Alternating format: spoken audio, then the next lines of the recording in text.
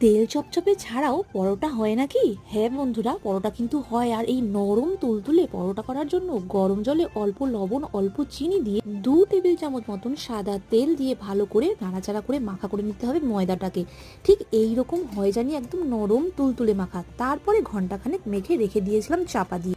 চাপা থেকে খুলে আরো ভালো করে ডলে নিয়ে এইরকম কয়েকটা টুকরো করে রেখে দিতে হবে। তারপরে 10 মিনিটের জন্য রেখে আবারও এটাকে একটু মেখে নিয়ে অল্প করে তেল দিয়ে খুব ভালো করে বেলে নিতে হবে।